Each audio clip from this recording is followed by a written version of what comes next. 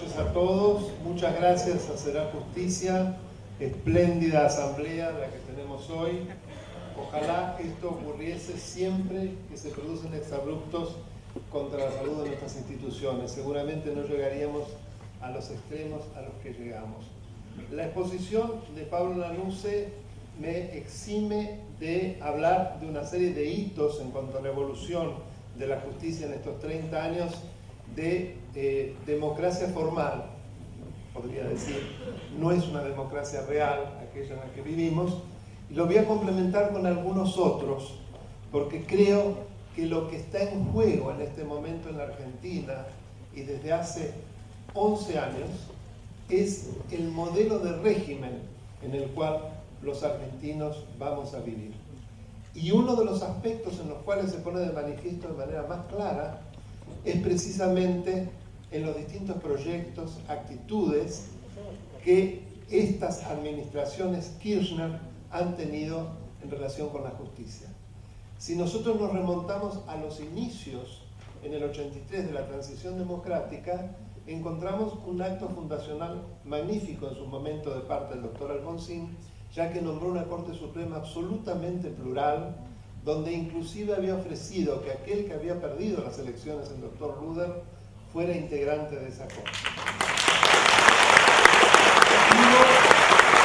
Para que no creamos que todo ha sido igual y que todos los presidentes se manejaron del mismo modo, porque sería injusto.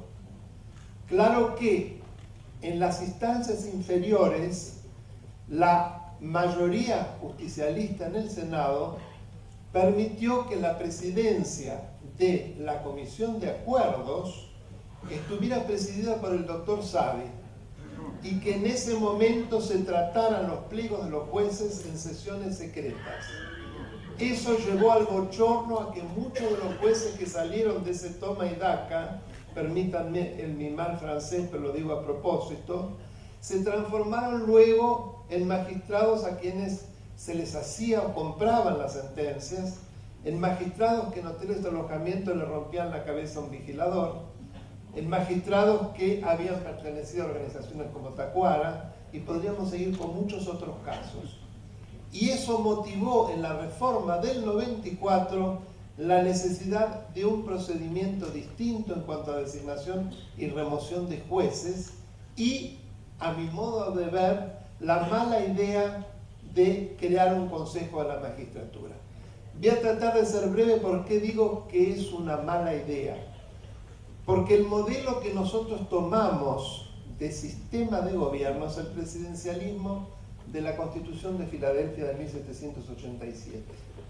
En ese país, la independencia del Poder Judicial, que es alta, recordemos Watergate, pensemos en esos jueces, en ese juez que inició la investigación y en los dos famosos periodistas que encontraron la filtración en lo que era el cuartel general del Partido Demócrata. Proyectémoslo a lo que le pasa hoy a Campagnoli y nos vamos a dar cuenta de que lo que yo digo es cierto. Evidentemente tienen un estándar de independencia alto. Y en gran medida, ¿cómo se asegura? Se asegura a través de un proceso participativo que se manifiesta en todos los pasos que llevan a la designación de los magistrados y que son extraordinariamente ilustrados por las audiencias públicas que van jalonando ese proceso y que tienen lugar en el Senado, con una capacidad de participación y de posibilidad de crítica a quienes se presentan realmente extraordinaria. Entonces, lo que a mi modo de ver, y además lo escribí, hubiera sido lógico, era agotar el modelo que habíamos tomado, agregándole precisamente esa modalidad, esas características participativas, y no haciendo un super organismo donde además metimos a legisladores, reproducimos una suerte de rara cámara corporativa, que para colmo en el 2006, como nos decía Adrián Ventura, se modificó de manera absolutamente de augurio a lo que luego iba a ocurrir, porque puso en manos del oficialismo la posibilidad del veto para los actos más importantes que hace el Consejo de la Magistratura, que es la entrada a los jueces con la elevación de la terna y la salida con la acusación ante el Consejo de la Magistratura. Pues bien, esa reforma que fue absolutamente impugnada y que la Corte Suprema todavía tiene la causa dormida, porque si la Corte Suprema hubiera tratado esa causa que le llegó en el 2008, otra hubiera sido la suerte de la otra reforma denominada democratización de la justicia, que afortunadamente está parada. Pero no hizo nada. Esa es la realidad. Y además en ese momento no hubo la movilización ni la reacción que se produjo al momento de la denominada democratización de la justicia, que yo desde el primer momento la denominé la colonización o dominación de la justicia. Y que tiene que ver con un modelo de régimen, porque se imitió en gran parte lo que se hizo en Venezuela, y ustedes pueden ver lo que ocurre en Venezuela. Y se hizo en gran parte lo que se hizo en Santa Cruz. Yo he tenido el honor de haber sido el patrocinante del doctor Eduardo Sosa, procurador general de la provincia de Santa Cruz. Y he tenido la suerte, entre comillas, de haber obtenido 5 fallos favorables de la Corte Suprema para que se lo repusiera el doctor Sosa. Sin embargo, ninguno se cumplió. La última participación en un acto público del doctor Kirchner fue precisamente para arengar a los gobernadores al no cumplimiento de la última sentencia que dictó la Corte, en la cual además se dirigía y exhortaba al Congreso para que tratara de terminar con semejante estado de cosas, un país donde no se cumplen las sentencias de la Corte, y además también lo hacía respecto de parte del Poder Judicial, la Cámara Federal con asiento en Comodoro Rivadavia y el juez federal de Santa Cruz con asiento en Río Gallegos, para el caso de que el gobernador Peralta incumpliese la manda de la Corte Suprema de precisamente reponer al doctor Sosa.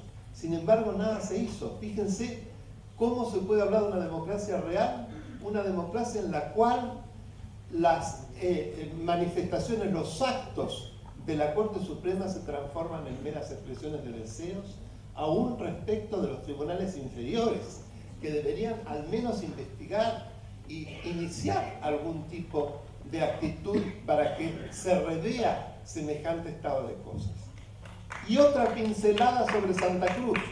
Ustedes recordarán el tema de los terrenos fiscales y el modo como se repartieron entre amigos, familiares y demás, a precios viles y después vendidos a millonadas en el Calafate. ¿Quién investiga eso? La fiscal Mercado, que es la hija de Alicia Kirchner, la sobrina de los Kirchner. Una cosa realmente que ya cae en el grotesco. Ese es el modelo que se proyectó. Es decir, eso es lo que se hizo con la provincia y es lo que se quiere hacer con la nación. Entonces, lo que le pasa al doctor Campagnoli era absolutamente esperable. Y cuando Pablo hablaba del tema reposo, todavía nos tenemos que avergonzar, porque el reposo hoy es el síndico general de la nación. No es ese imberbe mentiroso que mintió en los antecedentes.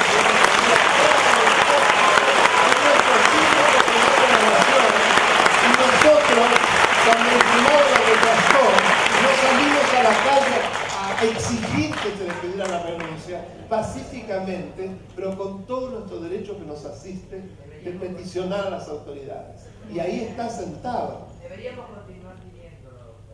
Bueno, es precisamente que esto sea un poco un germen de aquello.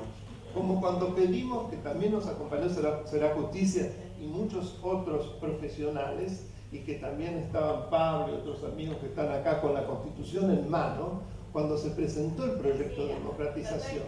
En la Facultad de Derecho estaba el doctor Estracera, estaba el doctor Sosa, y no nombro más, estaba el doctor Lipera, que es un gran luchador por la justicia, y muchos más, éramos varios cientos, pero el efecto que eso tuvo fue muy grande.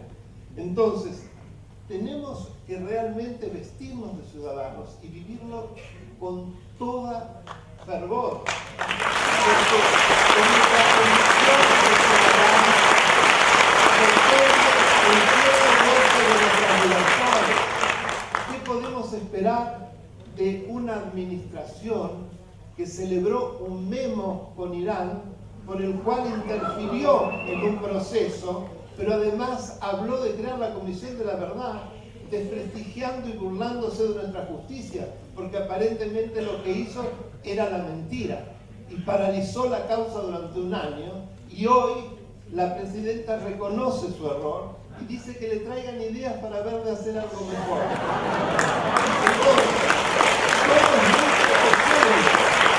Todo es muy improvisado. Afortunadamente, porque me hace ver cierta esperanza por la manera chabacana y chambona con que se maneja. Pero no por ello deja de ser un claro intento de subversión, subvertir el marco constitucional y hacernos creer que la soberanía del pueblo solo está en manos de aquel que coyunturalmente recibe una mayoría y que a partir de ahí va a ir por todo, y todo escollo que se le ponga en el camino, como el poder es uno solo, porque es esa concepción, no entienden lo que es la separación de poderes, no entienden lo que son los frenos de contrapesos. Entonces, no solo se produce la remoción de aquellos que trabajan, como el doctor Campagnoli, con todo fervor y con toda hidalguía y toda honestidad, sino que además la pregunta que hacía el doctor Castro era absolutamente a propósito. Inclusive aquellos que fueron formados por él y que trabajaron en las causas que tanto nos humillan para que se investigara y se conociera la verdad, son mandados a una suerte de cubículo, lo que me recordó inmediatamente aquello que le pasó a nuestro gran Borges. Fíjense la similitud de la historia. Para mí, este caso, que ya termino porque me estoy extendiendo exclusivamente, espero que sea el j'accuse o yo acuso, que en aquel momento fue el grito que terminó con el caso Dreyfus, porque a nuestra dimensión lo que le pasó a Campagnoli tiene una enorme similitud con aquello que le pasó a Dreyfus. No permitamos que esto se produzca y que nos